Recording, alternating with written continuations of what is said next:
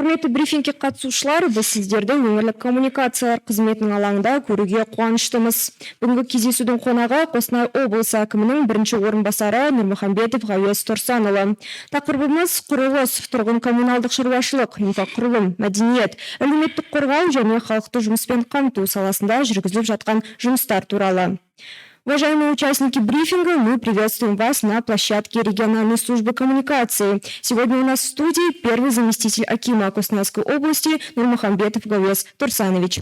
Тема выступления о проводимой работе в сфере строительства, ЖКХ, инфраструктуры, культуры, социальной защиты и занятости населения.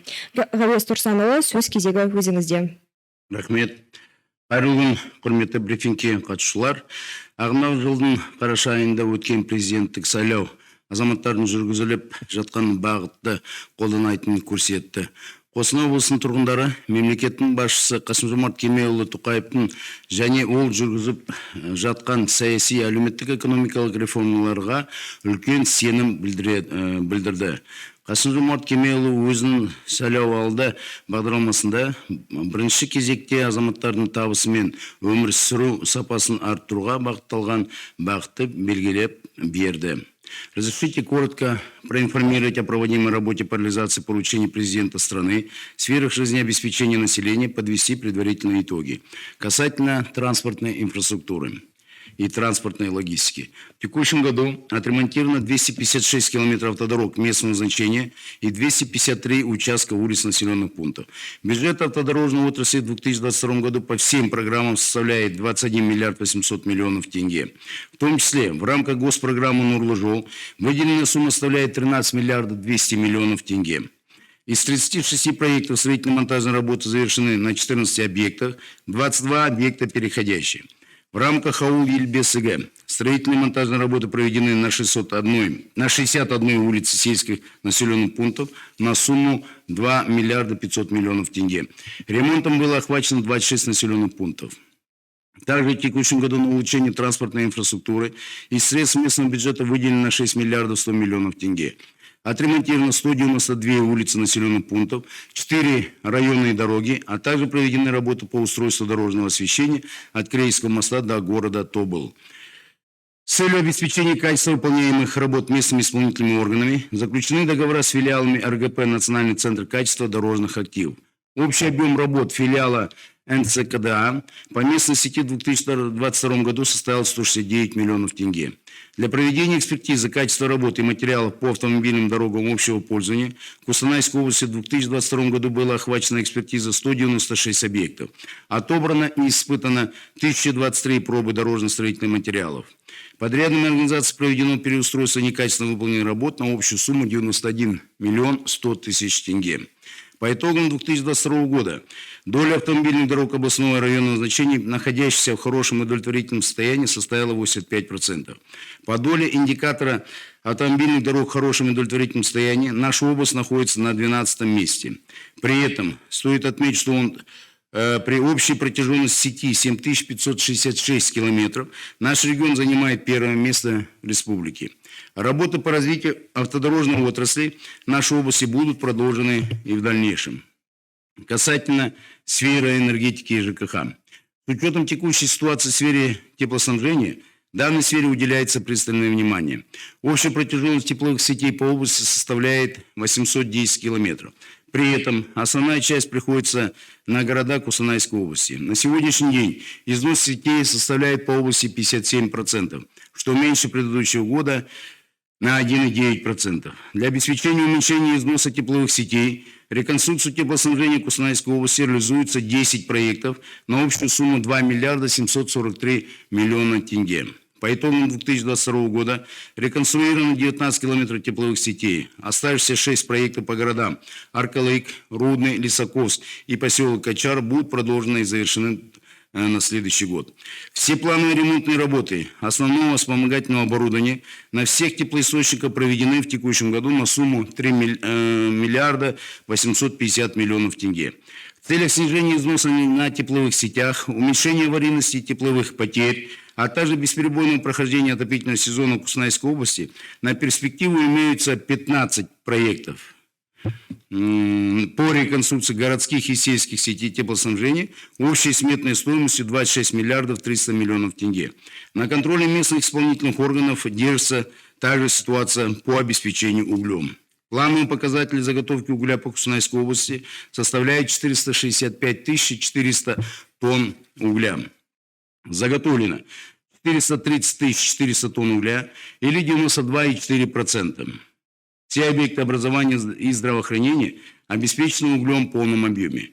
Для населения имеется 25 железнодорожных тупиков.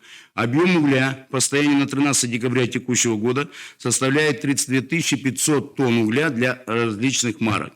Значительный объем строительных работ выполняется в части обеспечения населенных пунктов коммунальной инфраструктурой, в том числе водоснабжением. Так, в период 2017 по 2021 годы построено и реконструировано 607 километров трубопроводов.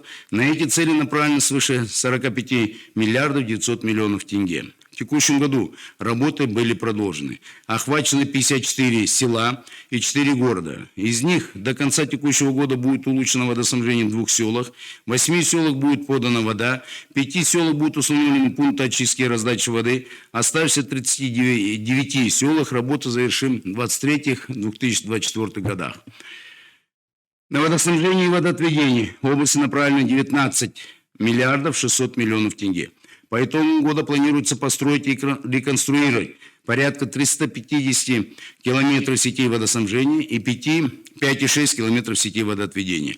По итогам 4-го квартала текущего года услугами водоснабжения будут обеспечены 322 села области с населением 284 тысячи человек или 80% сельского населения.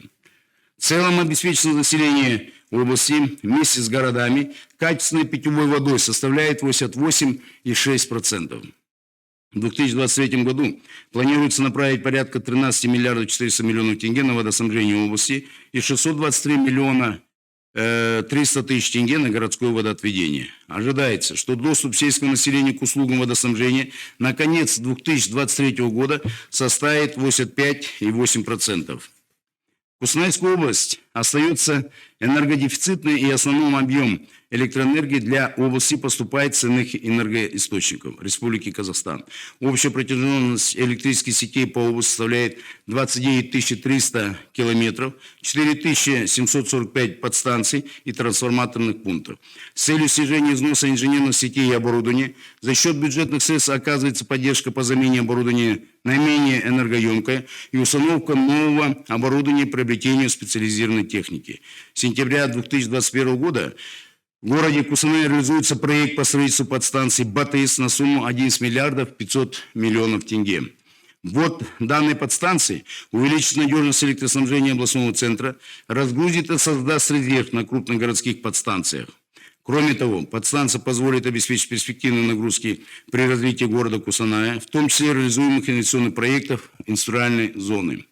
В мае текущего года были построены ветроэлектростанции «Абраим». Установлено 6 ветроэнергоустановок высотой 100 метров, мощностью 3,2 мегаватт каждая. Выработка электроэнергии зависит от скорости ветра и варьируется от 9 мегаватт до 40 мегаватт в сутки. Также в целях уменьшения износа электрических сетей и основного оборудования на перспективу к реализации готовится проект реконструкции электрических сетей 110-35-10 киловольт в городе Аркалык, ориентировочной стоимостью 7 миллиардов 800 миллионов тенге. Качеству жизни население, конечно, способствует газификация. На сегодняшний день в регионе газифицировано 78 населенных пунктов, что составляет 14,8%. Уровень газифицированного населения по области составляет 58,1%. В 2022 году в рамках программы развития регионов на реализацию 5 проектов по газоснабжению выделено 4,5 миллиарда тенге. В текущем году завершена полностью газификация села Алтынцарина Камысинского района. До конца года будет завершен проект в поселке Бускуль Карабулыкского района. Остальные проекты, переходящие на 2023 годы, будут подключены к газу села Черниговка Улюкольского района, Гурьяновка Карабулыкского района, а также микрорайона Байтерек, Астана, Нуралем Кустанайского района. В перспективе запланировано строительство магистрального газопровода от города Кустанай до села Боровское Миндагоринского района. Кроме райцентра будут газифицированы 3 перспективных сел Миндагоринского, Узункольского и Сарыкольских районов. Касательно сферы строительства. Обеспечение населения жильем является приоритетным направлением по улучшению благосостояния населения. Объем жилищного строительства Костанайской области демонстрирует положительную динамику со среднегодовым приростом порядка 13%. В текущем году области будет построено 455 тысяч квадратных метров жилья или порядка 4 тысяч квартир будет сдано в эксплуатацию. За 11 месяцев текущего года введено в эксплуатацию 421 400 квадратных метров, принято в эксплуатацию 3635 квартир. В том числе построено 244 тысячи квадратных метров многоквартирного жилья и 177 400 квадратных метров индивидуальной жилой застройки. Основная доля реализуемых проектов жилищного строительства приходится на город Кустанай. В последние годы выросли такие микрорайоны, как Аэропорт и Юбилейный. Вместе с тем, продолжается застройка микрорайона Кунай. По проекту детальной планировки предусмотрено в этом микрорайоне 30 многоэтажных жилых домов общей площадью 114 500 квадратных метров жилья или 425 квартир и 2092 участка под индивидуальную жилую застройку общей площадью 210 тысяч квадратных метров. Наряду с микрорайоном Кунай активно развивается новый микрорайон Береке города Кустаная. Всего в микрорайоне предусмотрено строительство 406 тысяч квадратных метров жилья или 6571 квартира. На сегодняшний день построено 15 коммерческих жилых домов общей площадью 196 тысяч квадратных метров или 2174 квартиры. Кроме того, за счет средств бюджета в данном микрорайоне ведется строительство 15 кредитных домов малоэтажной застройки площадью 45 тысяч квадратных метров или 600 квартир. Данные дома планируется ввести в эксплуатацию в 2023 году. В свою очередь, в микрорайоне начато строительство средней школы на 980 мест со сроком завершения в 2023 году. Также планируется строительство детского сада на 280 мест. Помимо областного центра, с прошлого года начато строительство кредитного жилья и в городе Рудный, где реализуется 6 проектов кредитных домов общей площадью 23 200 квадратных метров или 335 квартир. Срок завершения 2023 год. Кроме того, в целях улучшения жилищных условий и обеспечения инженерно-коммуникационной инфраструктурой земельных участков, выделенных под индивидуальное жилищное строительство, местными исполнительными органами с прошлого года ведется реализация проекта по газификации 6 микрорайонов малоэтажной застройки в городе Рудном. Завершением до конца текущего года газоснабжение будет обеспечено 1225 участков или порядка 3660 жителей. Кроме того, в текущем году начата реализация проекта подведения инженерно-коммуникационной инфраструктуры к земельным участкам под ИЖС в городах Аркалык и Житомир. Так, в городе Аркалык будут подведены сети водоснабжения, канализация, электроснабжения к 172 участкам. В городе Житомир будут подведены сети водоснабжения, водоотведения, электроснабжения, газопровода к 27 участкам. Ближайшая перспектива жилищного строительства – это застройка новых микрорайонов Астана, Байтерек в Кустанайском районе. Площадь двух микрорайонов составит порядка 60 гектаров. Предусмотрено строительство 49 многоэтажных жилых домов общей площадью 467 400 квадратных метров. На сегодняшний день завершены работы по вертикальной планировке микрорайонов, разработке проекта многоэтажных жилых домов, ведется работа по подведению инженерной инфраструктуры. Касательно сферы социальной защиты, занятости населения. Одним из приоритетных направлений, требующих себя особого внимания, является социальная защита населения. Большое внимание уделяется решению вопросов занятости молодежи, лиц с инвалидностью, членов малообеспеченных многодетных семей. В текущем году по поручению главы государства пересмотрены условия и механизмы оказания мер поддержки занятости молодежи. Увеличен размер оплаты труда участника молодежной практики и проекта «Первое рабочее место». Срок прохождения выпускниками молодежной практики продлен с 6 месяцев до 1 года. В целях оказания поддержки бизнес-инициатив молодежи, социально уязвимых слоев населения увеличен размер безвозмездных грантов на реализацию новых бизнес-идей в 2 раза. Данной мерой государственной поддержки в текущем году воспользовались 561 человек. Также для трудоустройства лиц предпенсионного возраста в текущем году начата реализация нового проекта «Серебряный возраст», в рамках которого уже трудоустроено 134 человека. На сегодняшний день оказано содействие занятости более 28 тысячам граждан. Из них трудоустроено 24 тысячи человек, Направлено на краткосрочное профессиональное обучение 1360 человек. Оказано содействие в развитии предпринимательских инициатив 2500 человек. Также занятость населения обеспечивается путем трудоустройства на рабочие места, создаваемые в ходе реализации инфраструктурных проектов, частных инициатив бизнеса. С начала года в области создано около 20 тысяч рабочих мест, из которых 12 600 рабочих мест постоянные. В результате принимаемых мер уровень безработицы в области сохраняется на уровне 4,8%. Уровень молодежной безработицы по сравнению с аналогичным периодом прошлого года снизился с 3,1% до 2,9%. На выплату адреса социальной помощи и на предоставление гарантированного социального пакета в 2022 году предусмотрено 2 миллиарда 205 миллионов тенге.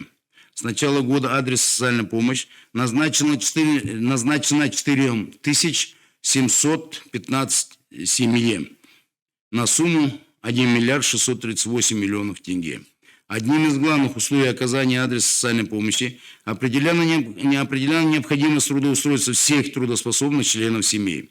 На 1 декабря текущего года из числа получателей адресной социальной помощи вовлечены в активные меры занятости 1035 человек или 100% подлежащих трудоустройству.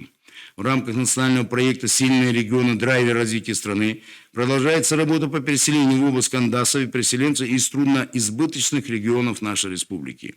На сегодняшний день в региональную квоту переселения включены 1112 человек, из них 808 переселенцев из трудноизбыточных областей и 303 кандаса.